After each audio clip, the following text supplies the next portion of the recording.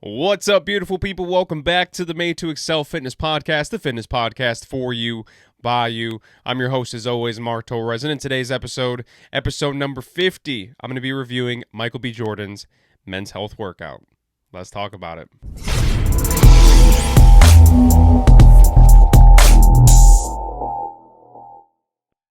What's up, guys? Welcome to the show. Welcome back to the Made to Excel Fitness Podcast. It is episode number 50. Today's podcast, we're going to keep it light. We're going to keep it simple. I'm going to be reviewing Michael B. Jordan's Men's Health Workout. They posted this video about a week ago. Obviously, Michael B. Jordan, you know, from Adonis Creed fame, from the Creed movies 1 and 2, playing Apollo Creed's son, obviously. And you know him as Killmonger from Black Panther. But Men's Health posted this video, and it is titled Michael B. Jordan's 10-to-1 Total Body Ladder Workout, Train Like a Celebrity, Men's Health. So this is part of their Train Like series where they take a bunch of celebrities, and the celebrities will walk you through their workouts. So we're going to kind of go through this little by little. Just a nice, fun, and easy Made to Excel Fitness Podcast episode. So let's just get right into it.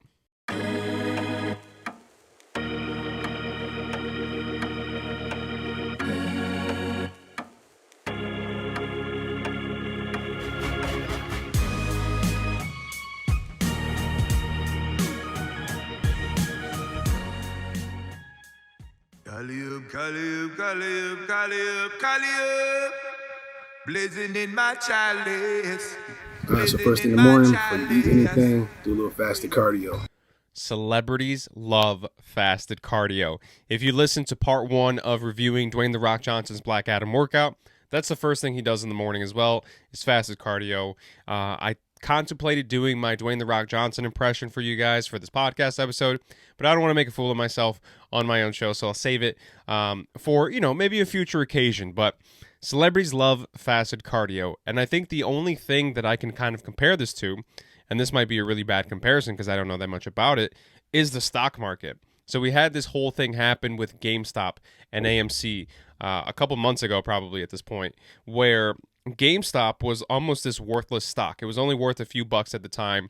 And then, for whatever reason, on Reddit, they found out that all these companies were shorting a stock, which I don't know what the fuck that means, just so you guys know. So, whatever. But they decided they wanted to fuck with Wall Street, and they wanted to inflate the value of this particular stock. So if you were there at the very beginning when the GameStop stock value was only for a few bucks, and you bought a bunch of it, and then you were able to sell at the right time at the height of its value when it was in the hundreds of dollars, you were there early enough to reap the rewards and to reap the benefits of being early to the punch. Of course, if you got there too late, though, and you started buying stocks of GameStop when it was already hundreds of dollars, and then obviously that value of the stock started to go down, then you lost money. You were there way too late. You missed the boat entirely. So it's kind of one of those things, especially if you were to get there early and the GameStop stock didn't go up as you thought it was going to go up, then it's probably a little bit of no harm, no foul. Maybe you lost a little bit of money, or maybe you kind of broke even, but it's better to be there and have it not happen and maybe lose a little bit of money than not be there at all and miss out on potentially all that financial gain that those people got from the GameStop stock. So they were there early enough to adopt that and to reap the rewards of that big boost in value. And it's kind of the same thing that happens in the fitness industry. The fitness industry doesn't change all that much. There's a reason why no matter where you go, no matter if you're in a big city, a small town, whether it's rich, whether it's poor, if you walk into a gym, you already kind of know what's going to be in there. There's going to be some sort of cardio equipment, probably treadmills. There's probably going to be dumbbells. There's probably going to be weights, like weight plates. There's probably going to be barbells. There's probably going to be cables of some sort, machines. Of course, there's variables within that, the quality of the machines, in terms of like how beat up the equipment is. That'll change from gym to gym to gym. But for the most part, you walk into a gym and you kind of know what to expect, especially if you've been around gyms for a long period of time. Reason being is because the fitness industry, we know what's tried, we know what's true, we know kind of what's worked for such a long period of time, and it doesn't change all that much. There's very rarely any new kids on the block in terms of revolutionizing fitness. So when something like that starts to bubble up and there's a possibility that there's a new innovation within the fitness landscape, people start to flock to that. And that's why we had this whole big cupping phenomenon when the Olympics came. Everybody saw these Olympic swimmers come out and they had these strange marks on their bodies, and people started to figure out that it was this method called cupping, and it had to do with like pain management and things of that nature and recovery. So people started to hop on it, and everybody and their mother was cupping back then. And then eventually, as people started to look into it, they realized cupping doesn't really do shit. So as quickly as it came, as quickly as it went. And funny enough that I did the Rock episodes a few weeks back, The Rock actually went and had cupping done. He talks about all his injuries and how he's kind of an older guy. And then just after that, some doctor came out and was like, yeah, the cupping does nothing. So he kind of reignited that spark for a little bit, and then it kind of went out with a whimper, right? Same thing that happens with like cryotherapy. Cryotherapy was like a huge thing not too long ago, came and went pretty quickly. The same thing with like the blood flow resistance bands that Mark Wahlberg does, that he uses and that he promotes all the time. I talked about that in an episode of this show. Same thing. Things come and go all the time. If you're there early enough and it pops and it ends up being this huge big thing, being there early enough, you can reap the rewards, you can reap the benefits, especially monetary benefits. You'll find out if you're in fitness long enough and you pay attention to fitness long enough that everything that fitness does is almost like financially incentivized. It's a very greedy space. So if there's money to be made, people will be there. So getting there and being an early adopter is obviously better than being there too late. Like if you bought the GameStop stock when it was already hundreds of dollars, you lost out on the punch there. So I think that's kind of the same thing that happens with something like fasted cardio. Some big celebrity trainer has this nugget of information that their client has a perceived value of. Whether or not that information does anything, whether or not that information is true, and whether or not that information will help, doesn't matter as long as the perceived value for your client is there. Now that personal trainer can charge a lot of money for that information because that celebrity thinks that they have a piece of information that other trainers and other people around don't have. So that is perceived value for that personal trainer. I think that's what happens. And then it kind of permeates, and through osmosis, it gets into the fitness industry, or it gets into the celebrity landscape, and then they kind of want to be in the know. They want to be ahead of the curve. And that's why these guys promote fasted cardio as much as they do. Really, if you listen to the show, part 1 of reviewing Dwayne "The Rock" Johnson's Black Adam workout, fasted cardio really doesn't do shit as long as the rest of your fitness and nutrition is set in place and it's at good levels, then it really doesn't matter. So, celebrities just love fasted cardio, Michael B. Jordan included. Get in the pool, work out, do some laps, work on your breathing. Your breath has so much to do over, like your mental state, you're calm. I'm not a great swimmer, but if that clip is any indication, I don't think Michael B. Jordan can swim either. Sorry, Michael. Especially when you're working out, your training, your breathing, you always want to keep that straight. So like being in the pool is a full body workout. You're working your upper body, your core, your lower legs. Especially with me, all these injuries over the years, being in the water really just keeps my joints comfortable. You know what I mean? It takes the pressure off some of my injuries. Using the water resistance really helps out a lot. So I've started to get more into the water as a warm up to get my body going before I actually get to the real workout. So this is a nice little warm up. All right, cool. So the first thing he does is obviously his fasted cardio, which in this particular video, the Rock doesn't really say what he does for his fasted cardio, but Michael B. Jordan, he swims. And swimming is a great workout if you have access to it. That's kind of the big downfall of swimming. Some gyms have pools, but I don't know, in COVID world, if those gyms and their pools are open, some people will obviously have pools. If you're lucky enough and you're fortunate enough to have a pool or have access to a pool, obviously you can do that. But obviously accessibility is going to be a big issue here. A lot of guys, and like I'm watching this on YouTube, and I read the first comment, and the first comment on here says, "Me, oh cool, I'll train like Michael B. Jordan. Video, he's swimming on his private pool and in his beach. Me, oh damn, I guess I won't." So accessibility is a huge issue here, but if you can swim, it's a really great full body cardio workout. Even the resistance, there's people that sell pool weights that you can use, the water resistance for that. It's a really great workout. It is very easy on the joints, like Michael B. Jordan says in this particular clip. If you have the access to it, by all means, take advantage of it. But like just the accessibility part, obviously, if you don't have access to it, it's not part of your repertoire. You can't do it. And kind of the just the logistics part of it. You get in the pool, you're all wet, you've got to dry off, grab a towel, have a change of clothes. It gets to be a lot. So if you have access to it, and that's kind of the only thing you're doing for the day, that's a great way to do it. It's a great piece to put into your workout puzzle. But otherwise, it's not the end of the world. It's not a big revolutionary thing.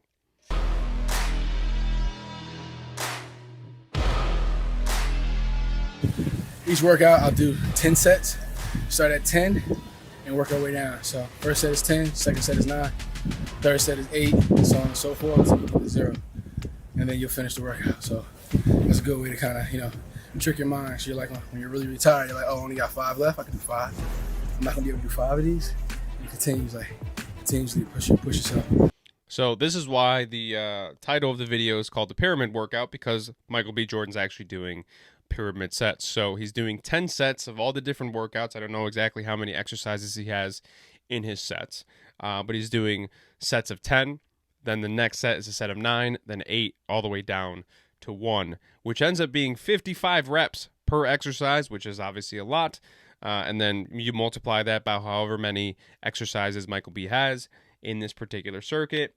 And what he says there actually makes a lot of sense. It's a good way to trick your body, because as you get more tired, the amount of reps that you do go down. So it's a good way to trick yourself. When you're really tired and you say, I only have 5 reps left, that makes a lot of sense. You're like, 5, I can do 5 of anything. So it's a really good way to set up. In particular, I don't know if this is going to be the majority of your workout. You probably want to have more like traditional weightlifting stuff that you want to do for a bulk of your workout. But if you want to do this as a finisher, I absolutely love that idea. Kind of do something that is a little bit of a combination of weightlifting, but also cardio. Get your heart rate up a little bit. Do this pyramid set. It's a really good way to do it. And then he's going to get into his exercises here. So right now we're going to start with dumbbell curls. Then we're going to roll right into overhead dumbbell press. So keep moving. Yeah. Dumbbell curls. I mean, that's just great for conditioning, for explosion, and putting intensity into my workouts. And then also you see, your instant gratification. You can actually see, your biceps gaining shape. So the first thing that he does here, he does bicep curl and then into an overhead press. Those are his first 2 exercises. And Michael B says the dumbbell curl is great for conditioning, and it's a great explosive exercise. When I think about the dumbbell curl, those are not the things that go through my mind. But whatever Michael B wants, Michael B gets. A bicep curl is not going to make you a super powerful human being, super explosive. When you think about the best athletes in the world, they're probably not focusing a lot on bicep curls. I think that's just, he was trying to fill time there, trying to think of things to say. And the other thing that I really love about this particular, point in time is that Men's Health always likes to put little tips as to how to perform these different exercises. And their little tip here for the bicep curl is don't rock at the waist. And Michael B. Jordan immediately rocks at the waist, which is really funny. If you guys can't watch the video, it's just a bicep curl, right? Regular bicep curl, but he kind of has a little bit of that hitch in his hips where he gets the weight up. That's what I'm talking about here. But if you can, obviously go watch the video or just watch this podcast. I'm putting the video in there for you guys. Your arms usually are one of the stronger parts of your body. So for me, it's really easy for me to do those. I have a broad back. So here's why I think that Michael B is just filling time, because he says the instant gratification that you get from doing dumbbell curls is amazing, which is true, because you can absolutely see like yourself getting a pump. It's one of the easiest places where you can see the pump happening, and you have that instant gratification, that instant feedback that you feel like you're doing something correctly. You have a vein that starts to pop, and you can start to see, you can almost feel the blood rushing through that muscle, versus other things it's a little bit harder to tell for these bigger muscle groups. And he talks about the arms being one of the most strong parts of your body, which is maybe not necessarily true. Your legs are probably pretty strong. Your chest is probably pretty strong. Your back is probably pretty strong. You're probably doing more weights for all those body parts than your arms. You probably can't bicep curl as much as you can squat, and you probably can't tricep extend as much as you can deadlift. So I think Michael B is just kind of trying to fill in some time here. So, doing overhead dumbbell press and shoulder presses are always a lot of fun for me.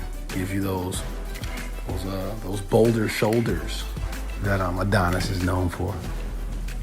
And then the second exercise that he does in his pyramid set is a push press, which is just an overhead press, but there's a little bit of momentum that goes into it, which is a really great way of promoting that explosive power. So he talks about explosiveness for the bicep curl. I think it applies more to the push press. It's a really good way to be really good at pressing things overhead with some velocity, with some explosiveness, and with some strength. So that's a really good way to do it.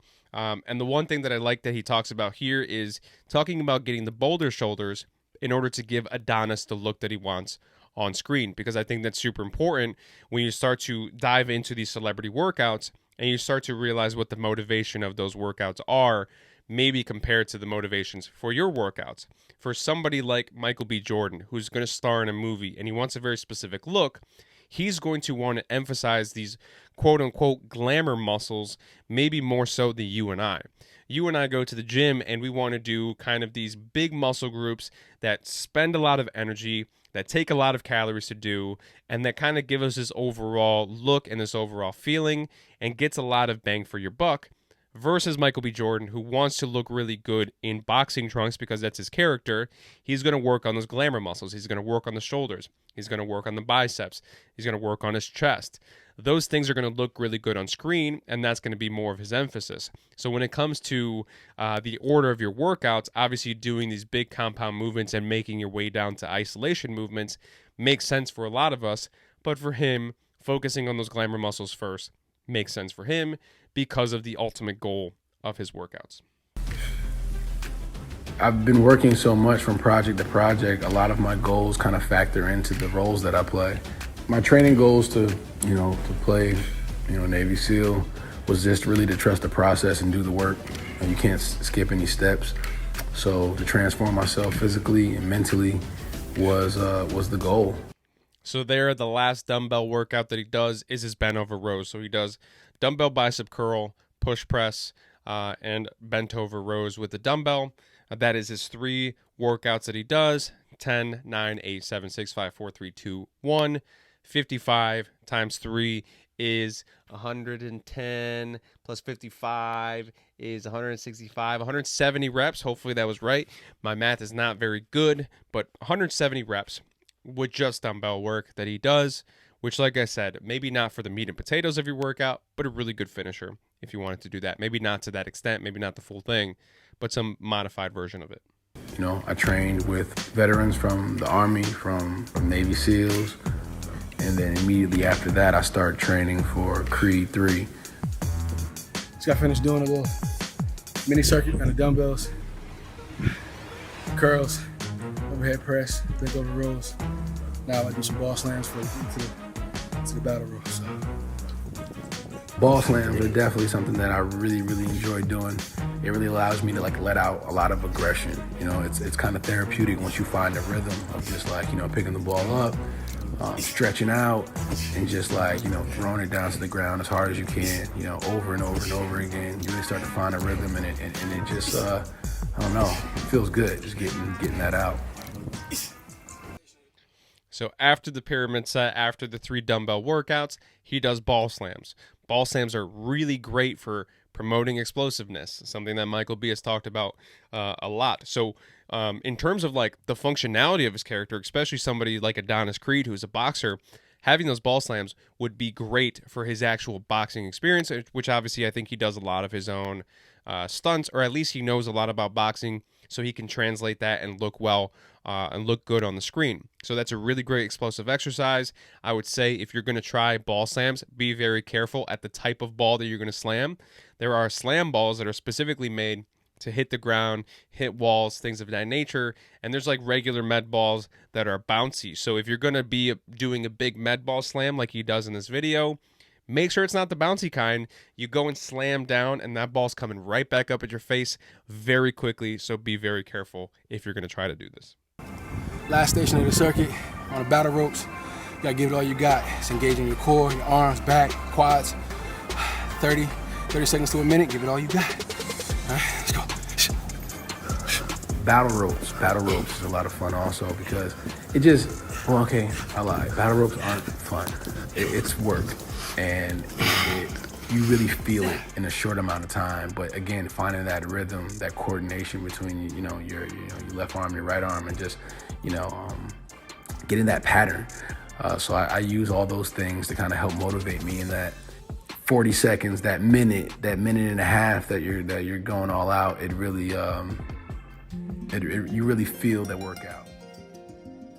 And there at the very end, to cap off his workout, he does the battle ropes. Battle ropes absolutely suck in the worst way possible. In terms of conditioning, this is one of the better pieces of equipment that you can have and that you can use. For those of you guys who don't know battle ropes and you haven't watched the video, you're listening to this audio only, imagine the big thick ropes and you're kind of playing them like a drum up and down, and doing that for a timed, obviously you can't do reps. You could possibly do reps, but you'd have to count like very quickly. So you probably do that for a predetermined amount of time, and it gets to be very tiring and it's very sucky, but in a good way. For conditioning, it's right up there with the best of the best. So if you want to try battle ropes, try battle ropes. After a really, really tough workout, just cooling down and resting your mind, I think is extremely important. I really like to end my workout with meditation. Meditation has definitely helped me just clear my mind for, the day ahead. Think about the things that just happened that I need to kind of process.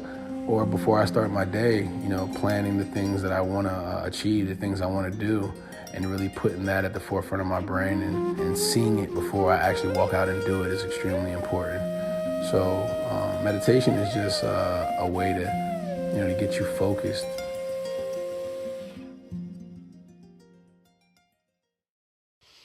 And then there at the end of the video, he talks about how he likes to end his workouts with meditation, which I know nothing about, so I won't talk about that here. So I think that kind of the biggest striking thing about this particular video and Michael B. Jordan's workout is when you look at it, it's not like a super revolutionary workout. It's actually pretty simple. It's pretty straightforward, and it's very easy to replicate in your own gym and in your own life. Of course, modify it to best fit your needs. Probably doing all of that, especially if you're a beginner, is going to be a lot. You'll be hurting and sore for days at a time, but it's a pretty straightforward workout. It's not anything crazy. You look at all these celebrities and you look at their physiques and you look at them and you say, I wish I could do that. You very well could do that workout. It's a very simple workout. In terms of like the Rock's workout is entirely way more intense and it's entirely way more involved. And he's still, even though he told us what his workout is still a little bit secretive of it.